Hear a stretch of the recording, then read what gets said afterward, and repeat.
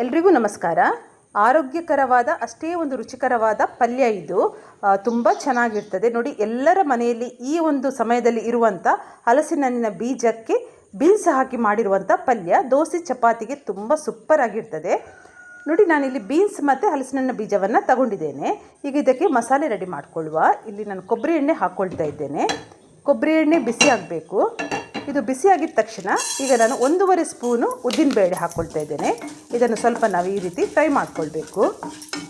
ಈಗ ನಾನು 2 ಸ್ಪೂನು ಕೊತ್ತಂಬರಿ ಬೀಜ, 1 ಸ್ಪೂನು ಜೀರಿಗೆ, 1/4 ಸ್ಪೂನು ಮೆಂತೆ, 1/4 ಸ್ಪೂನು ಸಾಸಿವೆ, ಇದನ್ನೆಲ್ಲ ನಾವು ಚೆನ್ನಾಗಿ ಫ್ರೈ ಮಾಡಿಕೊಳ್ಬೇಕು. ಒಳ್ಳೆ ಘಮ ಬರಬೇಕು ನೋಡಿ. ಈಗ ನಾನಿಲ್ಲಿ 7 ಮೆಣಸಿನ್ಕಾಯನ್ನು ಹಾಕ್ಕೊಂಡಿದ್ದೇನೆ. ಇದರಲ್ಲಿ ಬ್ಯಾಡಗಿ ಮತ್ತು ಗಿಡ್ಡ ಮೆಣಸಿನ್ಕಾಯಿ ಮಿಕ್ಸ್. ಹಾಗೆ ನೋಡಿ, ನಾವು ಸ್ವಲ್ಪ ಜಾಸ್ತಿನೇ ಕರಿಬೇವು ಸೊಪ್ಪನ್ನು ಇದಕ್ಕೆ ಹಾಕ್ಕೋಬೇಕು. ತುಂಬ ಅಂದರೆ ತುಂಬ ಚೆನ್ನಾಗಿರ್ತದೆ. ಸರಿಯಾಗಿದು ಫ್ರೈ ಆಗಬೇಕು, ಪರಿಮಳ ಬರಬೇಕು, ಅಲ್ಲಿ ತನಕ ನಾವು ಇದನ್ನು ಚೆನ್ನಾಗಿ ಫ್ರೈ ಮಾಡಿಕೊಳ್ಬೇಕು. ಹಾಗೆ ಒಂದು ಸಣ್ಣ ಈರುಳ್ಳಿಯನ್ನು ಕಟ್ ಮಾಡಿ ಹಾಕ್ಕೊಳ್ತಾ ಇದ್ದೇನೆ. ಹಾಗೆ 4 ಹೆಸರು ಬೆಳ್ಳುಳ್ಳಿ, ಇದನ್ನು ನಾವು ಸ್ವಲ್ಪ ಈ ರೀತಿ ಫ್ರೈ ಮಾಡಿಕೊಳ್ಬೇಕು. ಈಗ ನೋಡಿ, ಈರುಳ್ಳಿ ಸ್ವಲ್ಪ ಫ್ರೈ ಆಗಿದೆ. ಈಗ ನಾನು ತೆಂಗಿನಕಾಯಿಯನ್ನು ಹಾಕ್ತಾ ಇದ್ದೇನೆ. ಇದರಲ್ಲಿ ಒಂದು ಚಿಕ್ಕ ಅರ್ಧ ತೆಂಗಿನಕಾಯಿಯನ್ನು ನಾನು ಹಾಕ್ಕೊಂಡಿದ್ದೇನೆ, ಜಾಸ್ತಿ ಇಲ್ಲ, ಸಣ್ಣ ತೆಂಗಿನಕಾಯಿ. ಈಗ ಇದಕ್ಕೆ ಅರಿಶಿನ ಹಾಕ್ಕೊಳ್ಬೇಕು. ಇನ್ನು ಇದನ್ನು ನಾವು ಸರಿಯಾಗಿ ಫ್ರೈ ಮಾಡಿಕೊಳ್ಬೇಕು.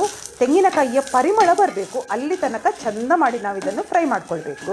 ಈ ರೀತಿ ಎಣ್ಣೆಯಲ್ಲಿ ನಾವು ಮಸಾಲೆ ಪದಾರ್ಥಗಳನ್ನು ಫ್ರೈ ಮಾಡಿದರೆ ಪಲ್ಯ ಅಂತೂ ತುಂಬ ಚೆನ್ನಾಗಿ ಇರ್ತದೆ ನೋಡಿ. ಕರೆಕ್ಟಾಗಿ ಫ್ರೈ ಆಗಿದೆ. ಈಗ ಒಂದು ಸಣ್ಣ ಗಾತ್ರದ ಹುಣಸೆ ಹಣ್ಣು ಹಾಕ್ಕೊಳ್ತಾ ಇದ್ದೇನೆ. ಈಗ ನಾನೊಂದು ಪಾತ್ರೆಯಲ್ಲಿ ನೀರನ್ನು ಇಟ್ಟು ಅದಕ್ಕೆ ಕಟ್ ಮಾಡಿ ಇಟ್ಕೊಂಡಿರುವ ಬೀನ್ಸನ್ನು ಹಾಕ್ಕೊಳ್ತಾ ಇದ್ದೇನೆ. ಹಾಗೆ ಹಲಸಿನ ಬೀಜವನ್ನು ಕೂಡ ಹಾಕಿ ನಾವು ಇದನ್ನು ಚೆಂದ ಮಾಡಿ ಬೇಯಿಸಬೇಕು. ಇನ್ನು ಮಸಾಲೆ ಪದಾರ್ಥವನ್ನು ತರಿತರಿಯಾಗಿ ಗ್ರೈಂಡ್ ಮಾಡ್ಕೋಬೇಕು ನೋಡಿ. ಈ ರೀತಿ ಆದರೆ ಸಾಕು. ಈಗ ತರಕಾರಿ ಬೆಂದಿರ್ತದೆ ನೋಡುವ. ನೋಡಿ, ಬೆಂದಿದೆ. ಈಗ ಇಷ್ಟು ಬೆಂದ ನಂತರ ನಾವೀಗ ಇದಕ್ಕೆ ರುಚಿಗೆ ತಕ್ಕಷ್ಟು ಉಪ್ಪನ್ನು ಹಾಕ್ಕೊಳ್ಬೇಕು. ಯಾಕಂದರೆ ಫಸ್ಟಿಗೆ ಉಪ್ಪು ಹಾಕ್ಕೋಬಾರ್ದು. ಒಮ್ಮೆ ಇದನ್ನು ಮಿಕ್ಸ್ ಮಾಡಿ ಇದನ್ನು ಮುಚ್ಚಿ ಇಡಬೇಕು.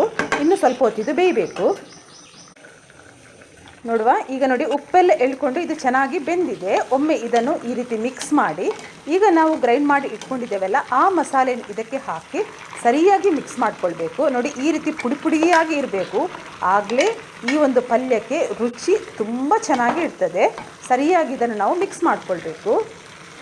ಮತ್ತು ಈ ಪಲ್ಯ ಮಾಡಿದಾಗ ನಾವು ಸಾಂಬಾರಿಲ್ಲ ಅಂತ ಯೋಚನೆ ಮಾಡೋ ಅವಶ್ಯಕತೆಯೇ ಇರಲ್ಲ.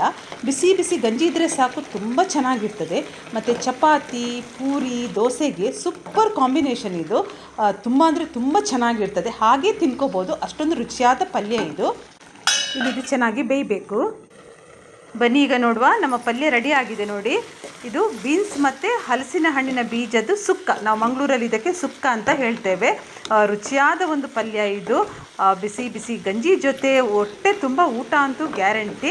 ಚಪಾತಿ ಮತ್ತು ನೀರು ದೋಸೆಗೆಲ್ಲ ಸೂಪರ್ ಕಾಂಬಿನೇಷನ್. ಇದನ್ನು ಈ ರೀತಿ ನಾವು ಸರಿಯಾಗಿ ಇದನ್ನೊಮ್ಮೆ ಈ ರೀತಿ ಮಿಕ್ಸ್ ಮಾಡಿಕೊಳ್ಬೇಕು ನೋಡಿ. ಪಲ್ಯ ರೆಡಿ ಆಗಿದೆ. ಇವತ್ತಿನ ಈ ರೆಸಿಪಿ ನಿಮಗೆಲ್ರಿಗೂ ಇಷ್ಟ ಆಗಿದೆ ಅಂತ ನಾನು ಅಂದ್ಕೊಂಡಿದ್ದೇನೆ. ಇಷ್ಟ ಆದರೆ ನೀವು ಕೂಡ ಇದನ್ನೊಮ್ಮೆ ಮನೆಯಲ್ಲಿ ಟ್ರೈ ಮಾಡಿ. ಮಕ್ಕಳೆಲ್ಲ ಇಷ್ಟಪಟ್ಟು ತಿನ್ನುವಂಥ ಒಂದು ಪಲ್ಯ ಇದು. ಹಾಗೆ ನನ್ನ ಯೂಟ್ಯೂಬ್ ಚಾನಲ್ನ ಯಾರೆಲ್ಲ ಸಬ್ಸ್ಕ್ರೈಬ್ ಮಾಡಿಲ್ವೋ ಪ್ಲೀಸ್ ಸಬ್ಸ್ಕ್ರೈಬ್ ಮಾಡಿ, ಲೈಕ್ ಮಾಡಿ, ಕಮೆಂಟ್ ಮಾಡಿ. ಆದಷ್ಟು ನಿಮ್ಮ ಫ್ಯಾಮಿಲಿ ಫ್ರೆಂಡ್ಸ್ಗೆ ಇದನ್ನು ಶೇರ್ ಮಾಡಿ. ಎಲ್ಲರಿಗೂ ನನ್ನ ಪ್ರೀತಿಯ ಧನ್ಯವಾದಗಳು.